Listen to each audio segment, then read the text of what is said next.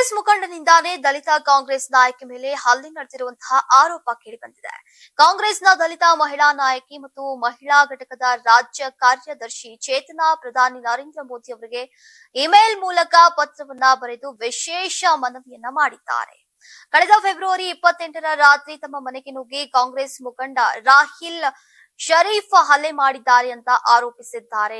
ನೀವು ಸಣ್ಣ ಆಗ್ಬೇಕಲ್ವಾ? ಅದು ಒಂದು ಉತ್ತಮ ಆಹಾರದಿಂದ ಸಣ್ಣ ಆಗ್ಬೇಕಲ್ವಾ? ಪ್ರತಿದಿನ ನಮ್ಮ ಜೀನಿ ಸ್ಲಿಮ್ ನ ಯೂಸ್ ಮಾಡಿ ಯಾವುದೇ ಸೈಡ್ ಎಫೆಕ್ಟ್ ಇಲ್ದಂಗೆ ನೀವು ಸಣ್ಣ ಆಗ್ತೀರಾ. ನಮ್ಮ ಮೇಲೆ ಹಲ್ಲೆಗೆ ಯತ್ನಿಸಿದಂತಹ ಕಾಂಗ್ರೆಸ್ ಮುಖಂಡ ರಾಹಿಲ್ ವಿರುದ್ಧ ಈಗ ಸಮಗ್ರ ತನಿಖೆ ನಡೆಸಿ ನ್ಯಾಯವನ್ನ ಕೊಡಿಸುವಂತೆ ಮತ್ತು ತನಗೂ ಕೂಡ ತನ್ನ ಕುಟುಂಬಕ್ಕೂ ರಕ್ಷಣೆಯನ್ನ ನೀಡುವಂತೆ ಕಾಂಗ್ರೆಸ್ನ ದಲಿತ ಮಹಿಳಾ ನಾಯಕಿ ಮನವಿಯನ್ನ ಮಾಡಿದ್ದಾರೆ. ಇದೀಗ ಈ ಪತ್ರ ರಾಜ್ಯದಲ್ಲಿ ಭಾರಿ ಚರ್ಚೆಗೆ ಕಾರಣವಾಗಿದೆ.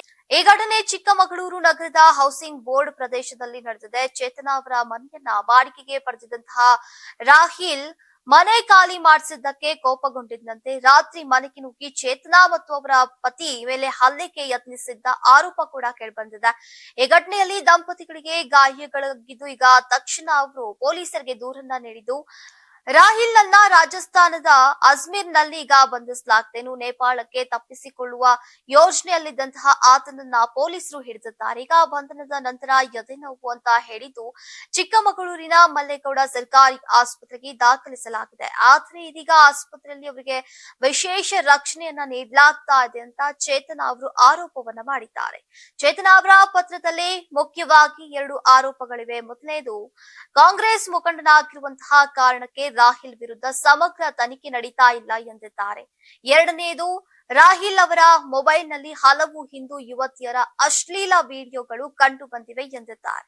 ಹಲವು ಹಿಂದೂ ಹೆಣ್ಣು ಮಕ್ಕಳನ್ನ ಬಳಸಿಕೊಂಡು ಲವ್ ಜಿಹಾದ್ ನಡೆಸುವ ಯತ್ನ ಮಾಡಿದ್ದಾನೆ ಅಂತ ಚೇತನಾ ಆರೋಪಿಸಿದ್ದಾರೆ. ಇದು ರಾಹಿಲ್ನ ಮೊದಲ ಪ್ರಕರಣವಲ್ಲ. ಈ ಹಿಂದೆಯೂ ಕೂಡ ಹಲವು ಪ್ರಕರಣಗಳಲ್ಲಿ ಸಿಕ್ಕಿಬಿದ್ದಿದ್ದ ಒಮ್ಮೆ ಹಿಂದೂ ಯುವತಿಯ ಮನೆಯಲ್ಲಿ ಸಿಕ್ಕಿಬಿದ್ದಿದ್ದ ಅಂತ ಪತ್ರದಲ್ಲಿ ಕೂಡ ಉಲ್ಲೇಖಿಸಿದ್ದಾರೆ. ಹಿಂದೂ ಹೆಣ್ಣು ಮಕ್ಕಳ ರಕ್ಷಣೆ ಮಾಡಬೇಕಿದೆ.